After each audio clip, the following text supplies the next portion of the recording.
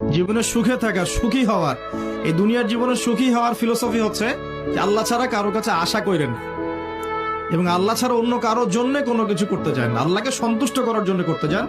ইনশাআল্লাহ আল্লাহ পাক আপনাকে সবকিছুই দিবে ইনশাআল্লাহ। সম্মান, মর্যাদা, প্রতিপত্তি, মানুষের ভালোবাসা সবই পাবেন যদি আপনি আল্লাহর হয়ে যান।